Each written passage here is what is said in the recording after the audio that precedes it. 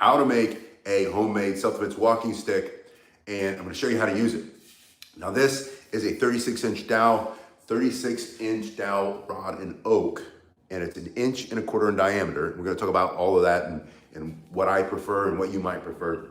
But I wanna show you that the Okinawan Japanese style of martial arts use this length walking stick. This is like a traditional walking stick that you might be able to find. And they slide down the front, put it between them and the thread, and then use it to fight with. Or maybe they slide the hand down the back and then use the small side to smash, hook, come up, or smack him with the long side across his face, throw the other hand, thrust through, smash him in the head. Or you might be carrying it like this, turn it here and get it into the fight quickly for self-defense. So I'm gonna show you how to use it at the end because I don't wanna get too many splinters in my hand because it's rough. And I'm gonna tell you it's rough because I just got it from Lowe's. This one, these was about $12, and I put a link in the description, or I put a link on the video if you wanna get one of these, or you can just go to your do-it-yourself store, Lowe's, Home Depot, or Ace Hardware's, the small ones. But anywhere you can go, if you're overseas, a do-it-yourself shop, you can get them online. So just oak. You don't want to go anything softer than oak. You don't want to do poplar. Poplar's too soft, it's going to break on you. But you can do harder than oak. You can do hickory. Hickory's a great thing. And I know some of you said, I can't find hickory in the store. And I'll tell you the trick to finding hickory. And I forgot this for a while, but somebody asked me, I can't ever find hickory. And I thought, well, I used to get hickory all the time when I would make self-defense tools for people, especially this size walking stick, or the longer Joe. This is the Hanbo. Hanbo just is a short one. The tall one is the bow, but this one is probably the most practical one you can carry with you anywhere you go. You see this a lot in Okinawan Japanese style martial arts. You also see it in other styles, but those especially, and it's very popular with ninjutsu. So a lot of the ninja guys like to carry it because it's a disguised self-defense tool. We keep freezing. Oh, there we go. YouTube has all these new features that keep popping up on the screen and it freezes it. Plus I got a call from Gary Hernandez. Hey Gary, if you're watching, Gary's got a YouTube channel. He teaches cane self-defense too. But I forgot, I usually have to turn on all the do not disturbs and everything else because like one call, one text or something just freezes it. And sometimes it'll come back, but usually it doesn't. So if you were here before and you're back, thank you. I appreciate you being here. Anyway, so first thing I want you to see about this is that you're going to have a sticker on it. You want to get rid of the sticker. And I found the best way to get rid of the sticker, because someone's going to ask me, you ask me these things all the time, what's the best way to get rid of the sticker? Because then it's gooey and ooey. And I just use my thumb and I go kind of slowly. And this really is, I'm going to show you from start to finish. I just cut my nails, so I don't have a good one. You can always use, obviously, a blade and get it started that way. You want to slice it off because you do want to get rid of all of the paper sticker. And the ones that you get like at Lowe's, these are nice. These usually seem to come off a little bit easier. There we go. So now it's off. There's a little bit of stickiness there. You can't feel it, but I can. And I'm just gonna throw that away. But this is what the stickers will look like. You'll see that when you get these dowel rods at the store, my experience has been Home Depot, they're usually green, and Lowe's are usually orange. Why? I don't know. Usually a darker green is the hardwood, the lighter green is the poplar. So, and it'll say right there on, this one says Madison, USA, sanded dowel, and it's sanded, but it's not smooth. It's by no means is it sanded enough to keep you from getting splinters in your hands. So I'm gonna show you how to take care of that. But you'll see right there on the top, 1 1/4 inch, so what this says, yeah, by 36 inches, that's the length, 1 1/4 is the diameter. And you can go to 1 inch if you want, if your hands aren't as big and chunky as mine. I just like these because the bigger ones hit harder, there's just more material, and I have bigger hands, but I also, I have tons of the 1 inch. And when I teach you in person, when I open the school again, then we will have all the options. So you go with what works for you, maybe you make one of each. They're so inexpensive. This was $12 and some change. Now that's double what it was when I first started making them. They used to be, and sometimes you can get them on sale. I get them for like $4 or $5 years ago. But as we all know, everything keeps going up and up. But still, for less than 15 bucks, you can get yourself a disguised, improvised, homemade self-defense walking stick that you can hit somebody with for self-defense. And I'm going to show you how to use it. I'm going to show you how to use it at the end. Eleanor says, use the nail. Yeah, use the nail to remove the sticker. Just practical nail, just a little blade, something with a little bit of a lip or an edge will help you there. Now, when you buy your wood, this is very important because all this is important to this process. And there are not a lot of steps. There's going to be like 3 steps. 4 if you count taking off the sticker. You're going to remove the roughness, and then you're going to reintroduce moisture. So when they make these at the lumberyard, the mill, when they make them at the mill, so they pull them out of the forest, they cut down the trees, they pull them out of the forest, hopefully it's sustainable. They pull a tree, that just means you replant it and then, keep it diverse and then it grows new trees. So when they cut down the oak tree and they mill it down to this size, they put it in a kiln. Now the kiln is an oven, just like you would for pottery, but it's a very low heat and it stays in there for a long time and it slowly removes the moisture from the stick. And that's for 2 reasons. 1, so it doesn't rot and before you buy it at the store and use it for your purpose, and 2, so that the bugs don't eat it, right? The bugs will eat it if it's still alive, so they're pulling all the moisture out. Now what that also means for your purpose is if you take this and you hit it against something really hard for self-defense or in training, you're gonna break it.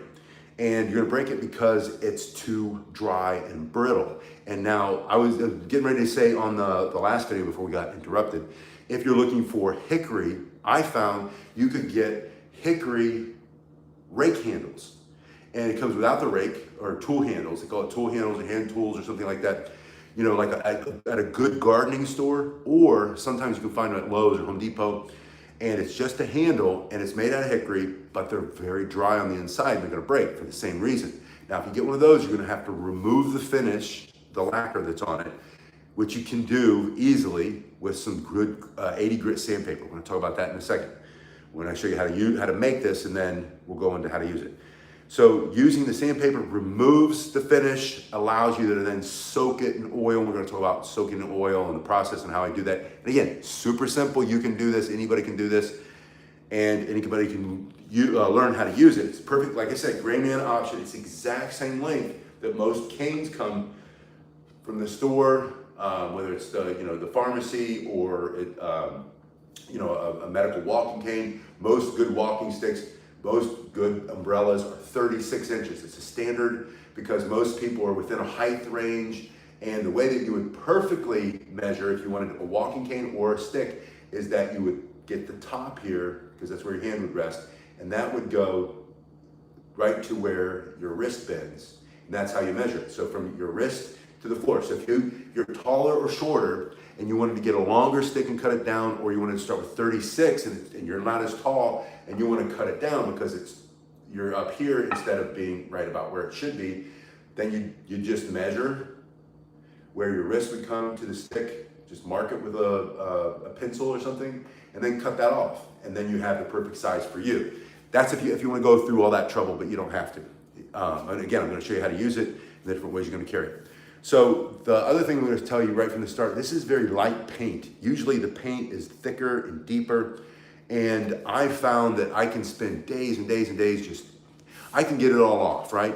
Or I can use a power sander and then I can spend 20 minutes on it and I can get all that paint off. I don't care about the paint. So if it's something to you and then you're starting to make yours and this is still on there, keep sanding, it will come off. Or get a good wood file, and then use the file, because I used to use a file and I would use the file to make a bevel on all my sticks, and then I would take the tops off with the file before I even started to sand it. That's a way that you can do it a little bit faster if you have that tool. But if you don't have the tools and you don't want to invest in a lot of tools because you're not going to use them as often, it used to be probably 50, 60 years ago, most homes had plenty of tools, I think. I don't know. I know mine did. Mine was packed full of tools. My father had every tool you can imagine. And there was always, if we needed something, you go to the garage, you can find the right tool to do the job. That's the way it used to be. Now, no one's got any tools. I have a tool chest of things that I've recollected since I've moved here when I moved from Ohio to Florida, and you go from a big basement, a big garage, a big house, to a much smaller, because everything costs so much here, then you have to give a lot of stuff up. So I left most of my tools there. All right, enough about the tools. I'm gonna show you how simple it is that you don't need any real tools except for a couple pieces of sandpaper. And I wanna show you first an assortment pack. So you'll see here it says 80, oh, it's upside down. That's why it said 150. I thought I don't have 150. It's 80, 120, 220, and 320. And I don't really use the 320. By the time you get the 320, I can't feel much of a difference. You might want to try that if that works for you. But you're going to start with the 80 grit, and 80 grit means 80 pieces of sand per square inch. That's what grit basically is. As far as I can remember from wood shop when I was a kid, when they used to teach us that. I wish they'd bring all that back. I know they do in some schools, but I wish every kid got to do shop and work with metal and work with wood and work with plastic and learn a little bit about electronics and learn how to take care of your house. I just think it's good skills. All right, so we're gonna put that there and come back in a second. And I'm gonna show you, because I'm gonna show you how to make it and then how to use it. And this is the 80 grit. And this one did not come from that pack because it's purple, but it is from the same brand, 3M. And it doesn't matter. It doesn't matter if it's purple or if it's sand colored or if it's any color. The color will not matter. The grit is what matters. And 3M brand is probably the best, maybe not the best as like if you're a craftsman, you could probably get better. But 3M is an industrial brand and they've been around for millions of years, polluting the environment. Right. I don't think they can sue me for telling the truth. I'm sure, I have to just look into history. But they've been around forever. It's a chemicals company, and they make great sandpaper. So starting with the 80 grit, and if you've never sanded, this is important. I grew up sanding all kinds of stuff, especially apartment walls that we would fix, because I grew up painting thousands of apartments. Maybe not thousands, but I'm sure hundreds and hundreds and hundreds. And the key when you sand is not to push hard and don't try to remove things with the strength of your hand, but to keep it nice and light. And I'm wearing the lavalier mic because I'm hoping not to give you all of the horrible sound of the sandpaper, unless you like that sound. What I do is I kind of make a little thing, and this doesn't have to be the way you do it. You might have a better technique, but I make a little loop around it there. And then I turn with this hand.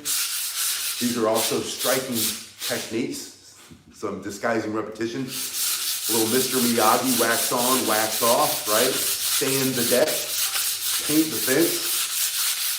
But you don't have to, this is like a 30 seconds per side. Now I'm not gonna spend the whole time with you sanding it, but I'm gonna get all the big pieces off so I don't get the splinters in my hand, and then I'll show you how to use it. But I do this for about 30 seconds, turning while I'm pushing, turning, keeping this light, never squeezing. And then I just turn it over, grab it, and then I do the other half the same way. So I'm gonna do that for about 30 seconds. And again, both of my hands are moving and both of my hands are turning, and I'm keeping it light.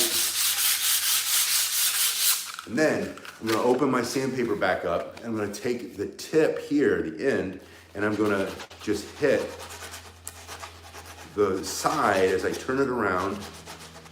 And I thought I'd leave on the black shirt because you're gonna see it's gonna get nice and dusty here in a minute. All that sawdust is gonna come out. But I just go around the edges and I put just a tiny little bevel, and that's so it slides through your hand easier. And then on the end, I'll show you, the bevel this one a little bit. And then sometimes when they cut it at the sawmill or at the lumber yard, it'll chip a little bit because they use a rougher saw. They don't use a fine saw like a finished carpenter might be putting your cabinets together in the kitchen, or he's coming in doing your fine, molding around the house. They use not a better saw blade, just a different saw blade, a thinner one, better saw usually, and it's not so rough cut. But just doing that little bit, going around. And what I'm doing is I'm using 2 fingers and I'm pushing on the side. And again, I just want to make a little bevel. And then I'm going to take the sandpaper and I'm going to move the one hand and move the other hand This one doesn't move so much. And I just want to hit this surface because this surface is really rough. I pull it, pinch it against the body for a little bit more control. You can also, I don't really have a table here, but I could put it on one of my benches over there and then do it this way too. But the idea is I just want to get that knocked down a little bit. So that was the 80. Then you go to your 120. Now, as you feel this still feels almost furry because you've raised the grains with that 80 grit sandpaper, but you've also knocked off a lot of the rough stuff, the splinters that are gonna come off and go into your hand, and you're gonna have to dig with your pocket knife and tweezers until you get them out. I'm good at removing splinters because I'm good at getting splinters. But you don't want them. You don't have to get splinters if you sand it. So same thing, you make your loose loop, and you go through, and I don't know if you can see it coming off. The lighting in here is not very good. See that dust. And then when I turn, I can already feel it's a lot smoother. It's not as smooth as it's gonna get. And then I don't know if you can see, there it is. See that sand, that sawdust. So that sawdust, that's the parts that we're removing. We're removing parts of the wood that are rough. So when you start to learn how to use your self-defense walking stick, your hanbo, you're not gonna get splinters in your hand. And it's gonna be smooth and it's gonna move fast. And wham, when you whack them in the face for self-defense, yeah, so that already feels a lot better. Now, you can see there's some places where you could spend more time with the 120. Again, like I said, I'm not gonna spend the whole night with you, but I would do probably 30 seconds per side meaning, and you can do overhand or underhand, doesn't matter. Per side, like I cut it in half and then I flip it. I'll do the other side for 30 seconds, just like I did with the 80 grit. And then same thing, go around that bevel, do the ends. And that's not nearly long enough, but I want to get to how to use it here in a second.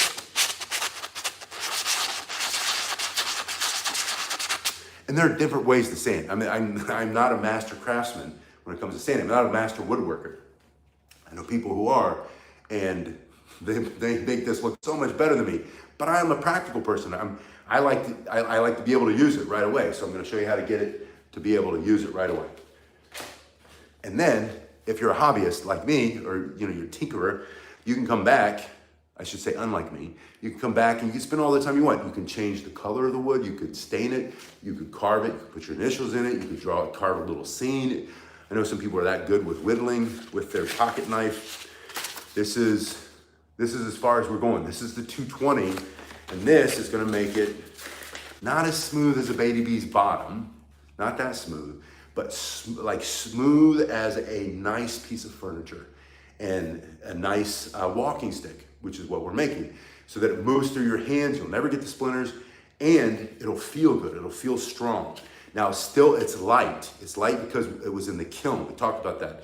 It's sat in the kiln at the mill before they sent it to the lumber yard or the hardware store, wherever you bought it, picked it up, or online, and they pulled all the moisture out of it. I'm going to show you on the next step how to get the moisture back in. But so this, and again, when you do this, make sure this is light. You're not squeezing. You're not trying to muscle your way through.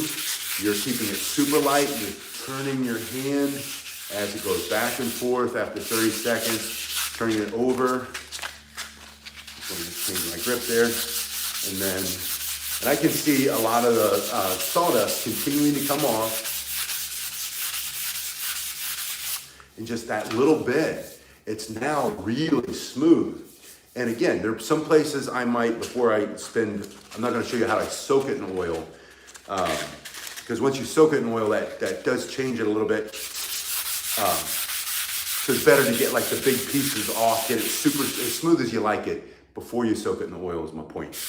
That way you don't ruin your sandpaper too, because the oil will get on the sandpaper, it compromises a little bit, it doesn't work as well. And here's the best part. This is less than $1. I don't remember what I paid for the pack, but maybe $6. There's no price tag on it, but I know they're not a lot. And I know sometimes you can get, especially you can go to less expensive stores and get cheaper sandpaper. But this will last me. These have lasted me one pack through probably 70 to 100 sticks that I've made, all different size. I make the small pocket sticks. I make the Tombow, which is the 18-inch stick. And I've made tons of these 36-inch sticks for people. And I've had the same pack and I haven't even gone through it yet. So if you treat your sandpaper right, then, you're about $12, $13 for the stick, for the 36-inch dowel.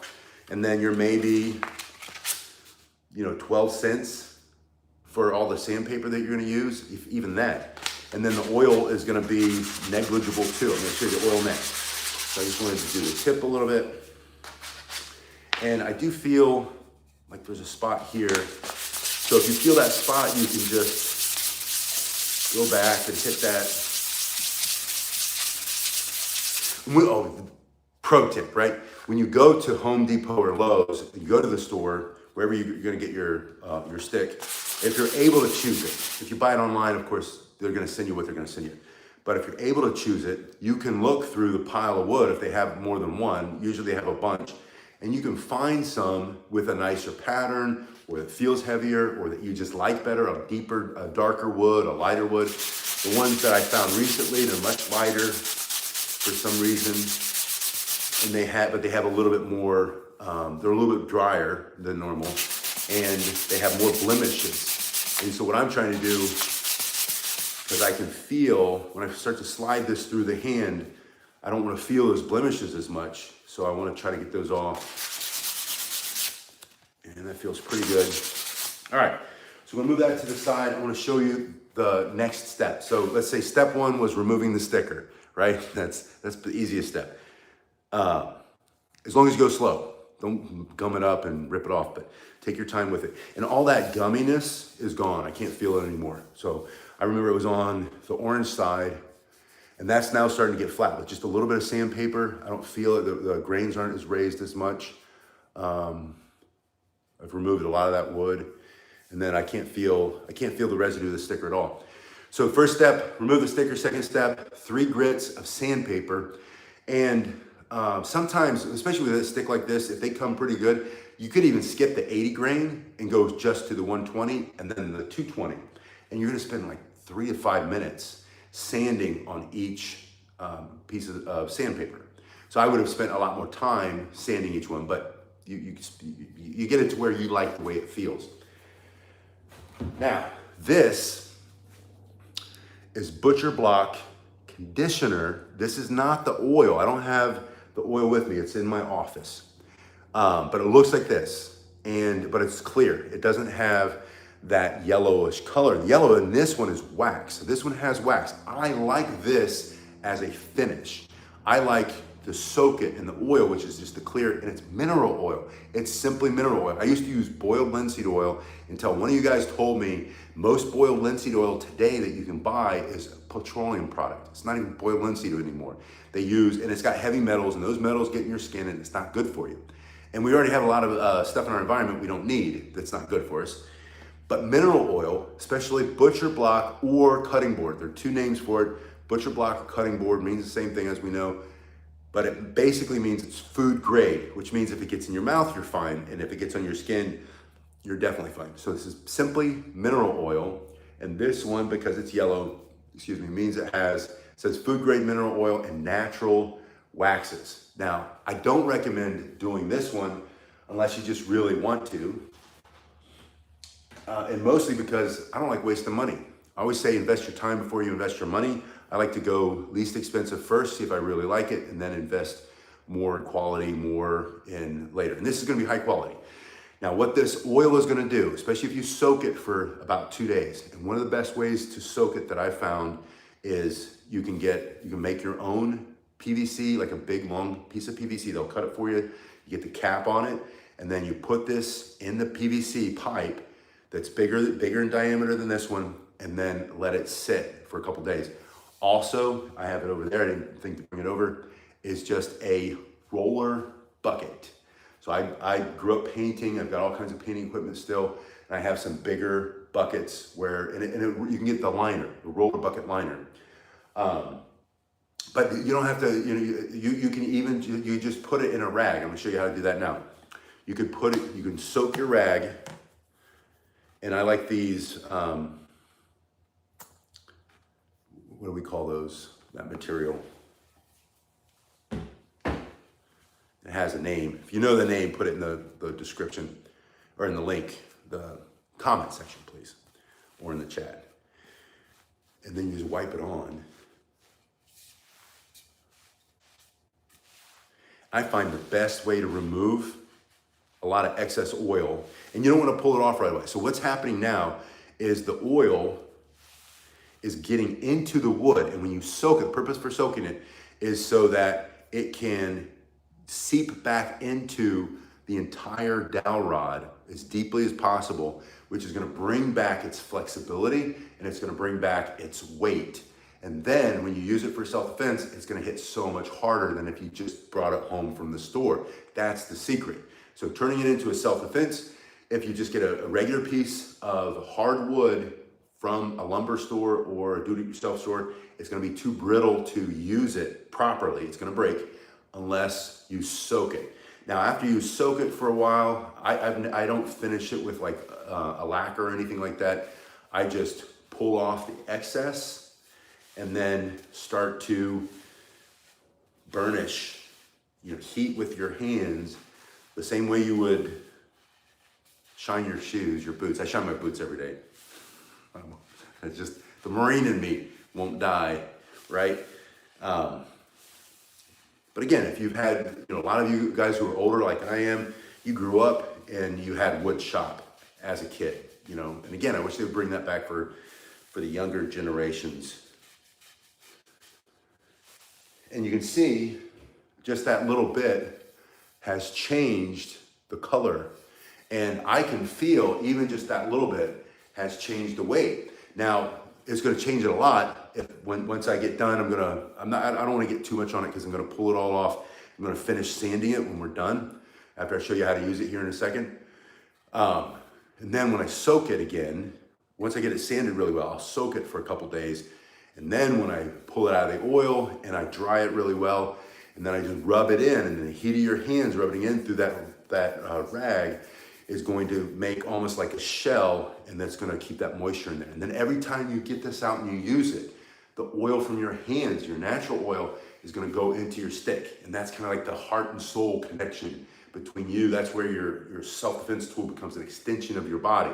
Not just learning how to use it and how to be fluid with all your strikes and your self-defense techniques, but also just that your sweat, your blood, sweat, and tears, your oil from your hand going into the wood. That's how I like to think of it, romantic that way. All right, now for self-defense, 3 ways that you're gonna get it into the fight.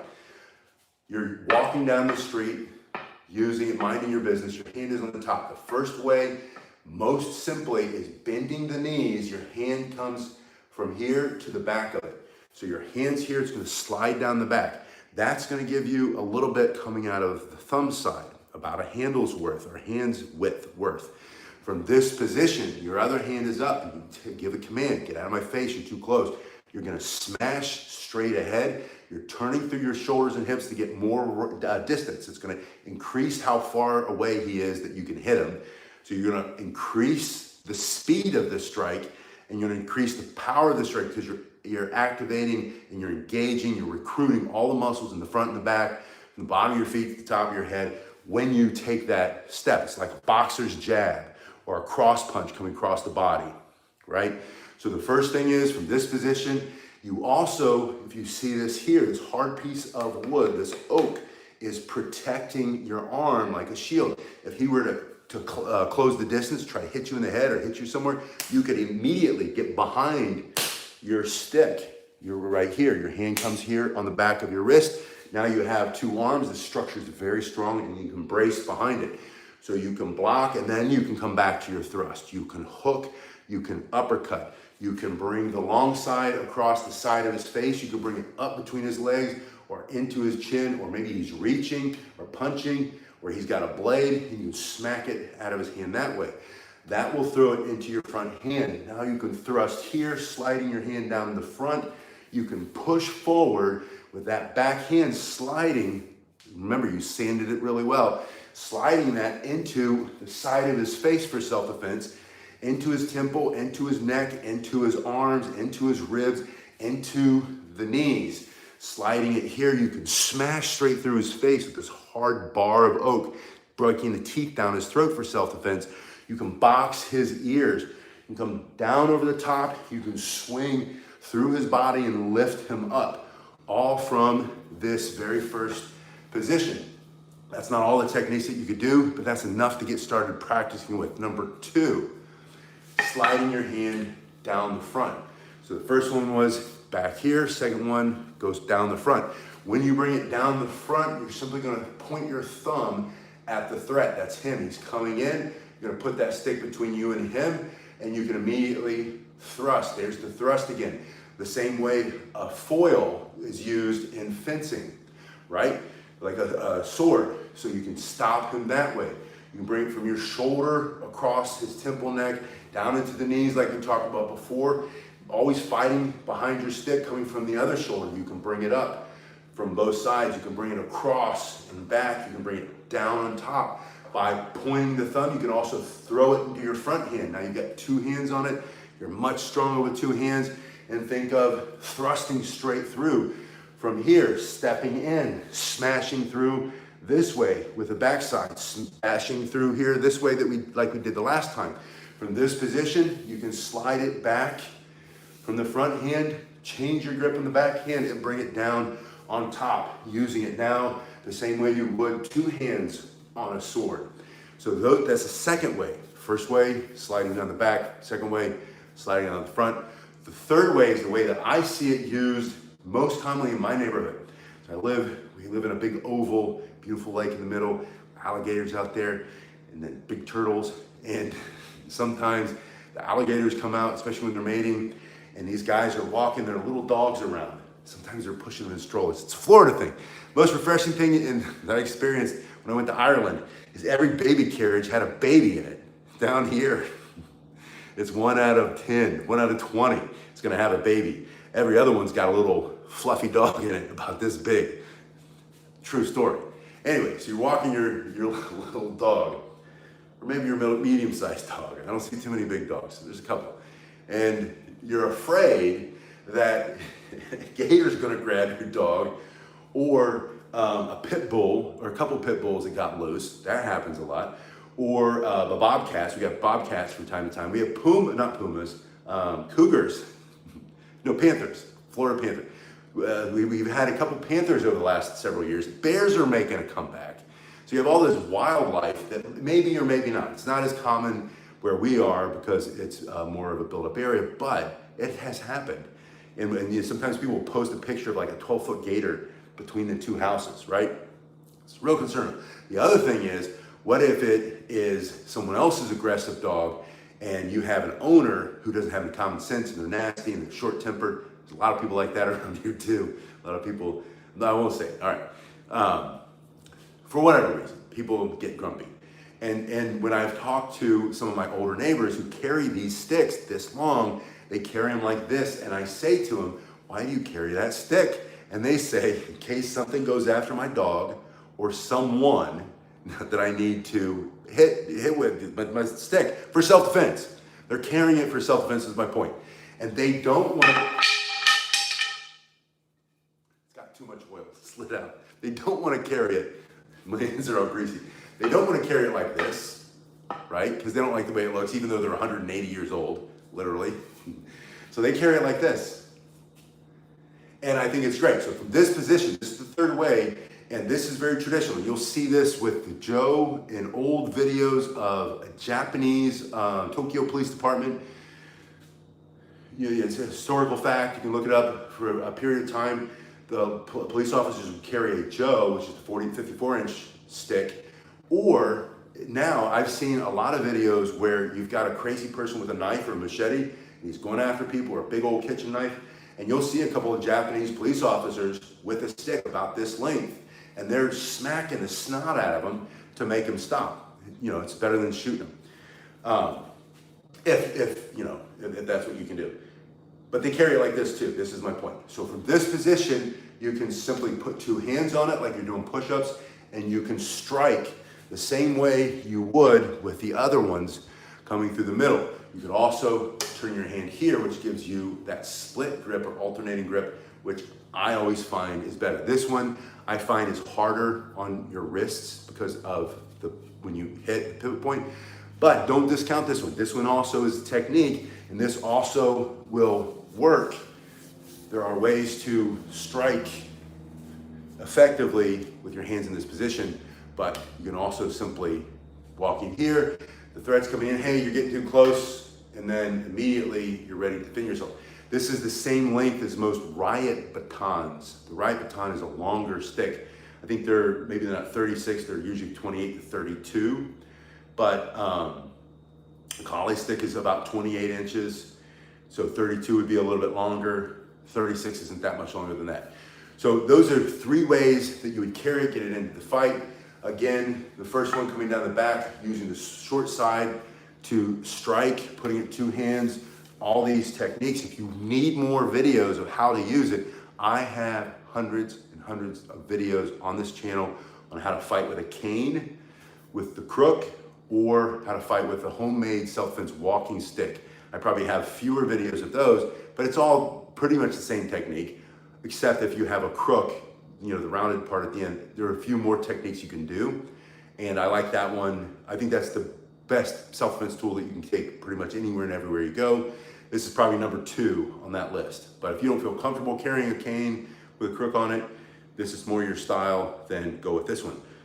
But learn the basic simple techniques on how to defend yourself, and you can defend yourself. Now, there are a lot of fancy things that you can do, enhanced transfers and technique. You don't have to learn that. You don't have to learn that if you don't want to. You can if it becomes your expression of personality and an esoteric pursuit, and you're learning it because you like it and you're interested in it and you want to know the history of it. Then you can do that. There's no law that says you can't learn martial arts. That's so silly. Because some people will say, don't teach them that, that's not effective, that's not practical. Sometimes you don't do it because it's practical or effective. Sometimes you do it because you like it.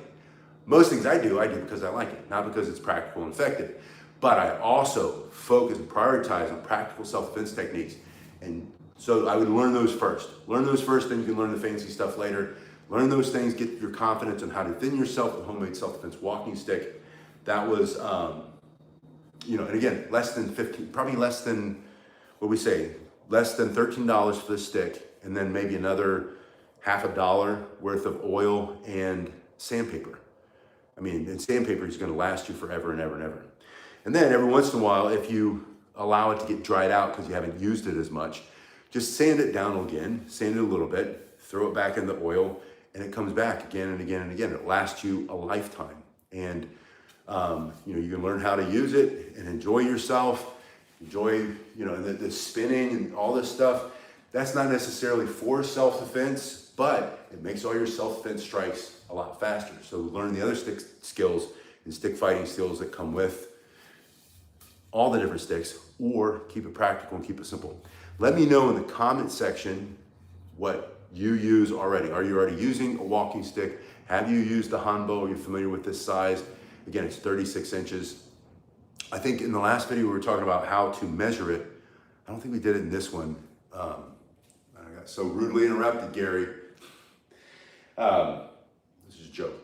But basically, you want the bend in your wrist to be where your stick starts, basically. So if I were to put my hand here and take a pencil and mark, then I might remove 1 or 2 or half to maybe an inch from the top if I wanted to be a perfectionist, and that might feel better ergonomically. So you can get a taller stick, cut it down. You can get this size. If you're not as tall, you can cut it down. But don't be afraid to cut your stick a little bit and just go real small. Don't take a lot of pieces off first. Take a little bit off and see if you like it. But that's the general rule, that when you're walking with it. And here's the other thing. Like I said, you can stain it, you can change the color, you can carve your initials in it, or you can carve a design, you can carve a scene in it. You can put a brass, I forget what they're called. If you know what they're called, put it in there's a name for the tip that goes on a cane.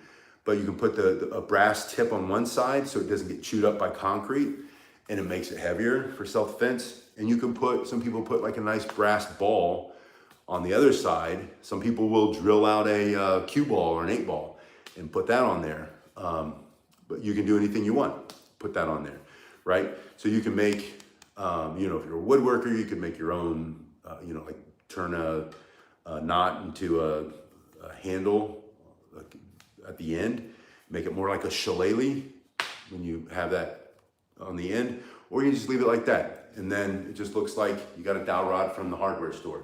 And someone says, what are you carrying that stick for? And you say, I got an art project at the house, or I've got a closet that needs a new clothes rod, and I'm bringing it to the house. Or it's none of your business. Or you're carrying it for self-defense. And this is the funniest thing, this is the funniest comment that I get on all my videos, on the 1,000, 2,000 some videos here, and then the like 20 some thousand on Facebook, because they're shorter pieces of videos. There's a real common comment. I want to address this real quick. If you carry that, you're going to get arrested and go to jail, because it shows intent that you're trying to hurt somebody. And they're usually talking about any of the self-defense things. Like one of my favorites is this selfie stick.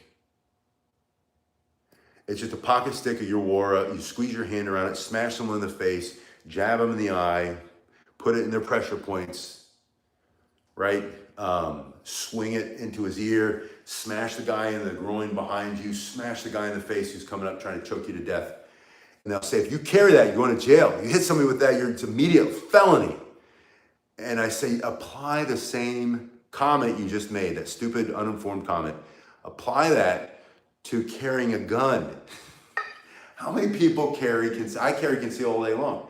I carry, when I'm at work, I'm not concealed because that's my job. I carry it on my hip, on my duty belt.